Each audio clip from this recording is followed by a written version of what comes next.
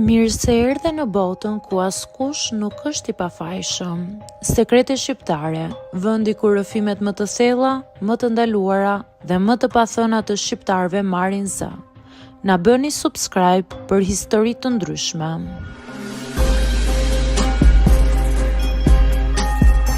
Jam 38 vjeçe, e lindur dhe rritur në Shkodër. Aty kam kaluar gjithë jetën time, rrugët i njoh si pëllëmbën e dorës, njerëzit janë bërë pjesë e përditshmërisë time dhe çdo cep i qytetit më sjell një kujtim. Shkodra është shtëpia ime, por jeta, siç ndodh shpesh, nuk ecën gjithmonë sipas planeve që bën. Prej disa vitesh burri im punon në Kukës, një vendim që në fillim na u duk i përkohshëm, por që me kohën u bë pjesë e realitetit ton. Ai atje dhe unë këtu. Në fillim ishte shumë e vështirë. Më kujtohet dita që iku për herë të parë. Shtëpia më dukej bosh. Heshtja më rëndonte më shumë se çdo lodhje fizike. Nuk isha mësuar të flej pa të zgjohem pa zërin e tij, të përballem me ditën pa e ndarë me dikë pranë. Por kur ke përgjegjësi, kur ke familje, mëson të durosh. Fillova të merrem më shumë me shtëpinë, me fëmijët, me punët e përditshme. Ai vinte ndonjë fundjavë, ndonjëherë më rrallë. Çdo takim bëhemi i vlefshëm se më parë. Dhe pikërisht në këtë realitet të ri, lindi një zakoni imi që shumë kush nuk e kupton. Sa herë fjen puna për kualidimin e makinës, unë nuk e bëj në Shkodër. Shkoj në Kukës dhe shumë njerëz më thonë, po pse lodhesh, e ke këtu, e bën për një orë. Dhe unë gjithmonë buzëqesh, sepse për mua nuk është thjesht kualidim, është një arsye, një justifikim i vogël për të bërë një gjë të madhe. Rruga nga Shkodra në Kukës nuk është e shkurtër, ka kthesa, ka lodhje, ka momente që mendon pse po e bëj këtë. Por sa po afrohem, ndjesia ndryshon. E di që më në fund të asaj rruge është pikërisht ai, gjithmonë duke më pritur.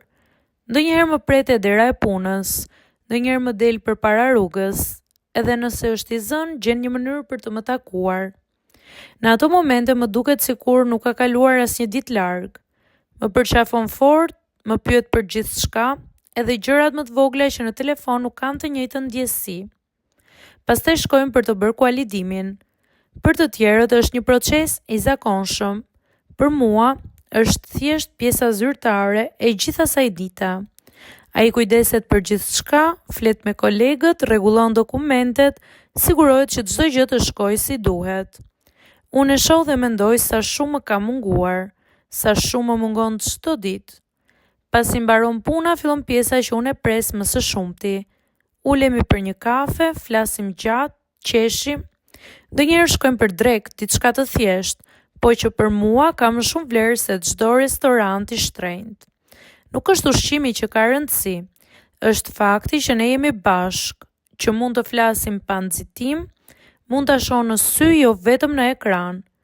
Ka momente që as nuk flasim shumë, thjesht jemi aty, dhe kaq mjafton.